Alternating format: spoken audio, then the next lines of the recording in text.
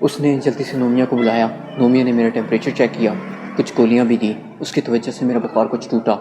2 روز تک سوائے سوپ یا پھلوں کے میں نے کچھ نہ کھایا تھا، اس لیے نقاہت محسوس ہو رہی تھی۔ میری طبیعت کی خرابی کی اطلاع پا کر سارا دوڑی چلی آئی۔ اب کیسے ہو؟ اس نے پیار سے میری طرف دیکھتے ہوئے پوچھا۔ ٹھیک ہوں، نہ جانے کیوں مجھے اپنی آواز اجنبی سی لگی۔ یہ اچانک تمہیں بخار کیسے ہو گیا؟ سارا نے پوچھا۔ بخار بتا کر تو نہیں آتا۔ میں نے اداسی سے مسکرا کر اس کی طرف دیکھا تو وہ خاموش ہو گئی۔ سارا، میں نے دھیرے سے اسے پکارا۔ تم میرے لیے کچھ کر سکتی ہو؟ یہ آج کیوں پوچھ رہے ہو؟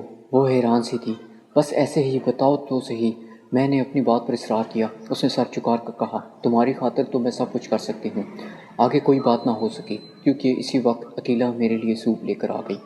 سارا نے عقیلہ کو دیکھ کر کہا، بھابھی ہماری ضرورت ہی کیا ہے یہاں آنے کی؟ بھابھی تو اپنے چہیتے دیور کا پہلے ہی بہت خیال رکھ رہی ہے۔ ساری کی آنکھوں میں شرارت بھری مسکراہٹ تھی، مگر عقیلہ سر جھکایا باہر نکل گئی۔ اس نے کوئی جواب نہ دیا اور میں نے اس سنجیدگی سے اور زمانے بھر کے دکھوں کو اپنے اندر سمیٹنے والی عقیلہ کی حالت دیکھ کر اچانک ایک فیصلہ کر لیا۔ دوسرے روز میں نے اپنا فیصلہ ابو کو سنایا تو ان کی آنکھوں میں نمی آ گئی۔ انہوں نے کہا، بیٹا تم نے اس گھر کی لاج رکھ لی۔ مجھے یقین تھا کہ تم کوئی جذباتی فیصلہ نہیں کرو گے۔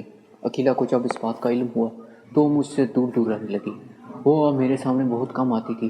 شام کو نومیہ نے میرے کہنے پر سارا کے گھر والوں سے معذرت کر کے منگنی توڑ دی اور واپس آ گئی۔ مجھے اس بات کا اندازہ تھا کہ اس بات کا علم ہونے کے بعد سارا کا کیا حال ہوگا۔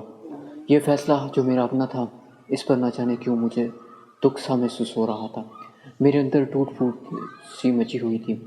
رات ہوئی تو میرے دل کا درد بڑھ گیا۔ ایسی بے چینی محسوس ہوئی کہ میں آج تک کبھی ایسے عذاب میں مبتلا نہ ہوا تھا۔ اس بے چینی میں نیند کیا آتی۔ میں اپنے سلگتے ہوئے دل کو بہلانے کے لیے اور اس کی تڑپ کو کم کرنے کے لیے باہر نکل آیا۔